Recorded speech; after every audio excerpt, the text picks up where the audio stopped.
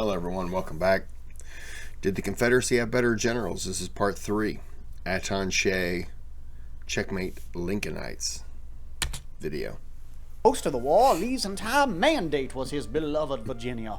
He wasn't even appointed General-in-Chief of all Confederate armies until February of '65. Maybe not officially, but Lee was massively influential in the Confederacy and had been since 1862. And, I mean, shit, he was the face of the rebellion.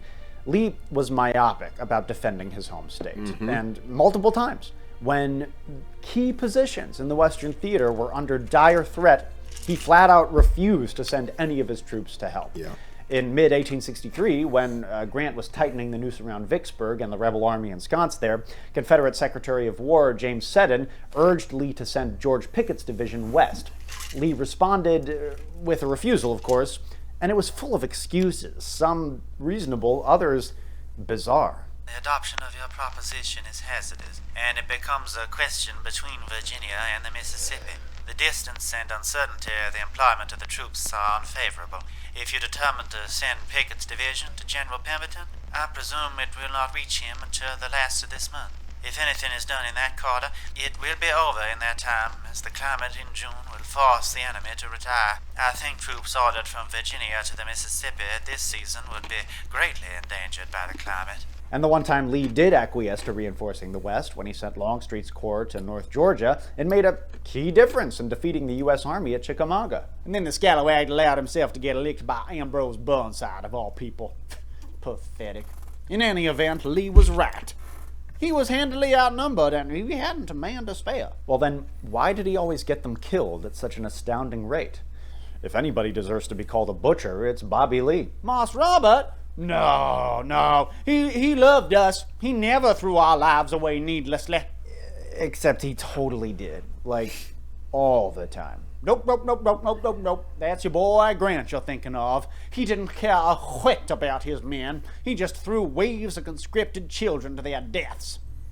Let's crunch some numbers. Lee's greatest victory was the Battle of Chancellorsville. His army was about 60,000 strong and suffered nearly 13,000 casualties, a net loss of 22%. His opponent, Joe Hooker, had an army 133,000 strong and suffered about 17,000 casualties, a net loss of 12%. The victory, though tactically brilliant, gained no ground for the Confederacy, reaped no major strategic benefit, and resulted in the death of Stonewall Jackson, one of Lee's best generals. Grant's greatest victory was the siege of Vicksburg. His army was 45,000 strong and suffered 3,000 casualties, a net loss of 7%. His opponent, John Pemberton, had an army about 40,000 strong and suffered 7,000 casualties dead, wounded, or missing, as well as a staggering 33,000 captured, a net loss of effectively 100%. The victory secured the Union's complete control of the Mississippi River and brought about the capture of the nearby state capital of Jackson. Show me the layout of like every battle. Then I can really get, I mean, if you're just showing me the best of, yeah, that makes Grant look, I mean, just undefeatable. But that's not, I don't like these numbers. Ended rebel resistance in the region, exposed the Confederacy's soft underbelly of East Tennessee and Georgia, and was a crucial step toward final victory.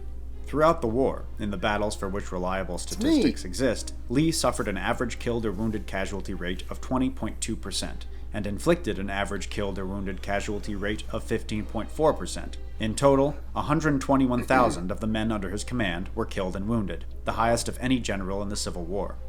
Grant, on the other hand, suffered an average killed or wounded casualty rate of 18.1% and inflicted an average killed or wounded casualty rate of 20.7%.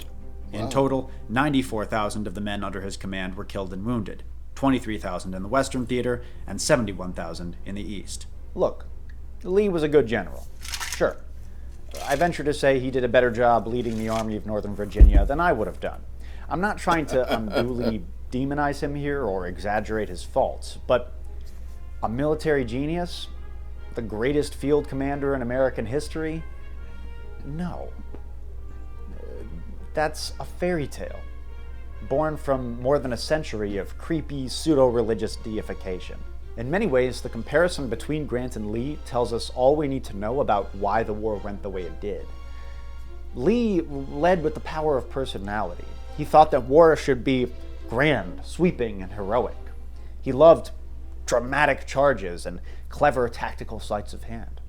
He considered logistics to be an annoyance rather than an opportunity, which is why Confederate military history is full of flashy daring-do, but pretty short on substantial operational success. Grant, meanwhile, was all stubbornness and pragmatism. War was not a game to him. There was nothing poetic about it. Like his buddy Sherman, he believed that to wage war meant to bring it to a favorable conclusion as quickly as possible. And to achieve victory, he used every tool available to him. Deception, diversion, maneuver, relentless attack, and dogged defense, and never lost sight of the big picture. Battles didn't really matter that much in of themselves. They were just stepping stones toward the distant goal of ultimate victory. And that's why, for the most part, the Confederacy did not have better generals. You were obsessing over tactics while we were planning strategies. You thought small, we thought big. That's why we won. Look at you. Smugly conducting military campaigns 150 years after the fact from the comfort of your armchair. This chair doesn't have arms. Generalship aside, Lee was... Oh, now what?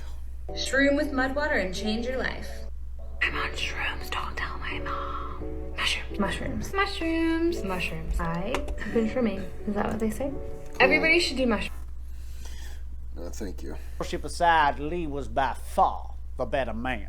Look no further than how Grant and Lee treated their slaves. Grant kept his and said he not raise his sword to free any slave. Lee, on the other hand, freed his. He acquired them in marriage and treated them good.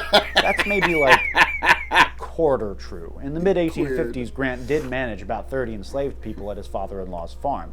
By all accounts, he was a terrible slave driver because he was too gentle with them.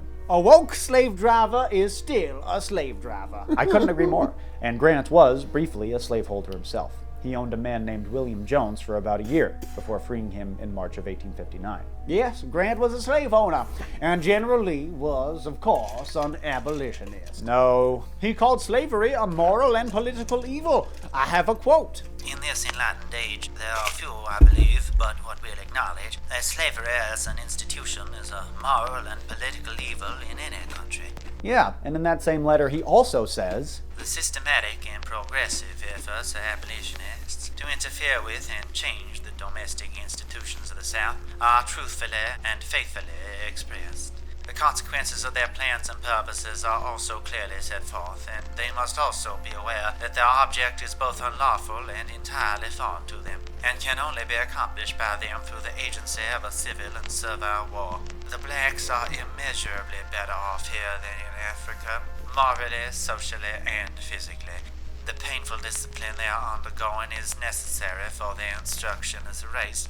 How long their subjugation may be necessary is known and ordered by a wise and merciful providence. If Lee believed slavery was an evil, he thought it was a necessary one.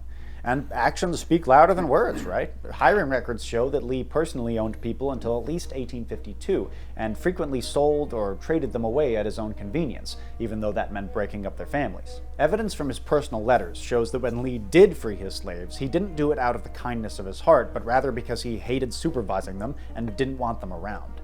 When he briefly managed his wife's slaves at their house in Arlington, he was a notoriously cruel slave master and drove his people hard. As late as July 1860, he considered buying even more slaves and rented out slaves as personal servants throughout the entire Civil War. Well, it's not I'm not done.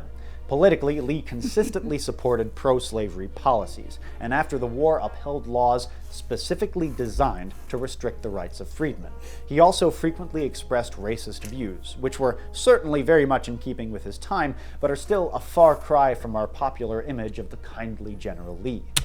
I'd say a lot of white people in those days held some sort of a racist view, so I don't frown upon him for that view because it was a general thing.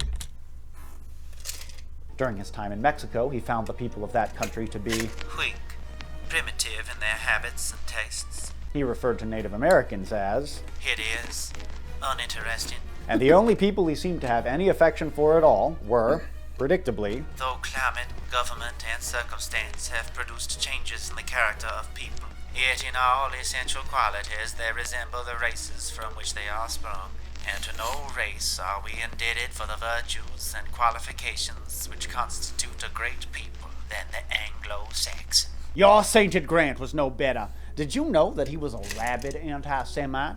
In December of 1862, a handful of businessmen, some of them Jewish, were illegally selling cotton in Grant's military district. So he issued General Orders Number 11, which expelled all Jewish people from the area under his military control. The order read, The Jews, as a class, violating every regulation of trade established by the Treasury Department, and also department orders, are hereby expelled from the department. Yeah, and the verbiage of the order reflects old European stereotypes about Jews too. So, a super bad look, and you will not find any argument from me. Unsurprisingly, or perhaps surprisingly, the order was met with general public outrage. Lincoln was horrified and immediately rescinded Grant's edict. And though the general insisted that it was all a big misunderstanding, the controversy would haunt him for the rest of his life. Especially during his presidential run, he issued multiple public apologies. Was he sincere? Who is to say? I mean, he was a politician after all.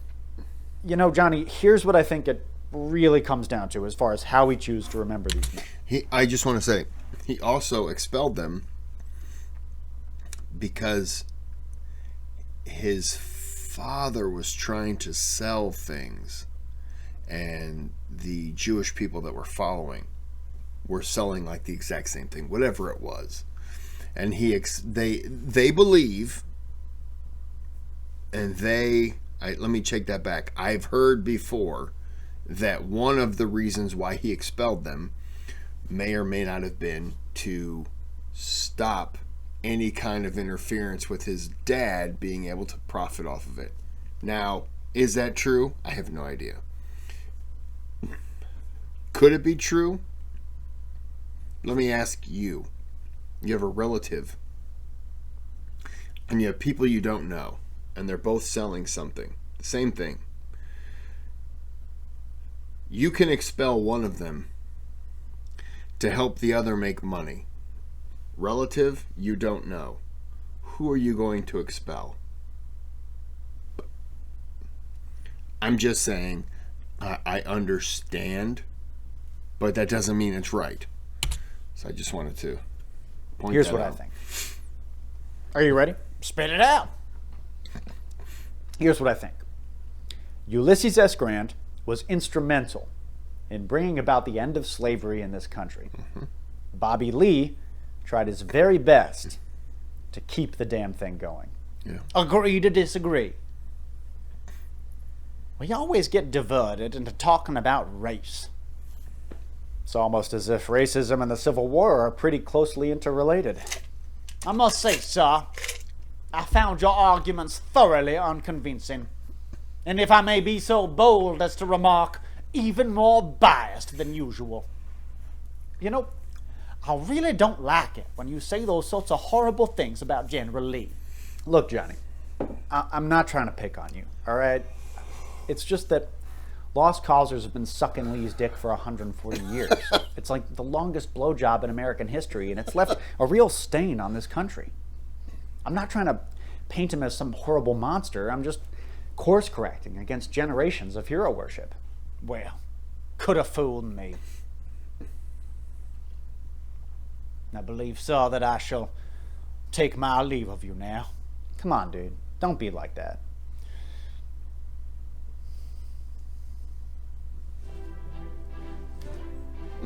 See you in hell, Billy Yank. See you in hell, Johnny Reb.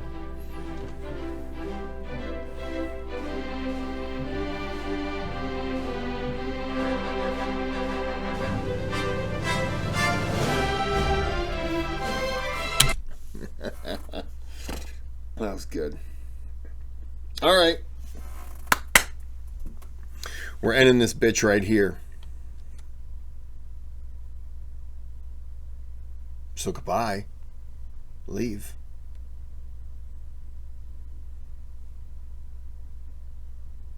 Go away.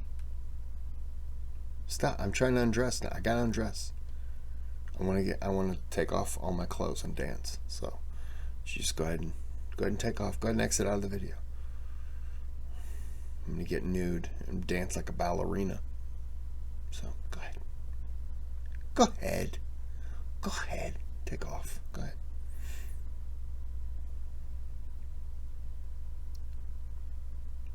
Go.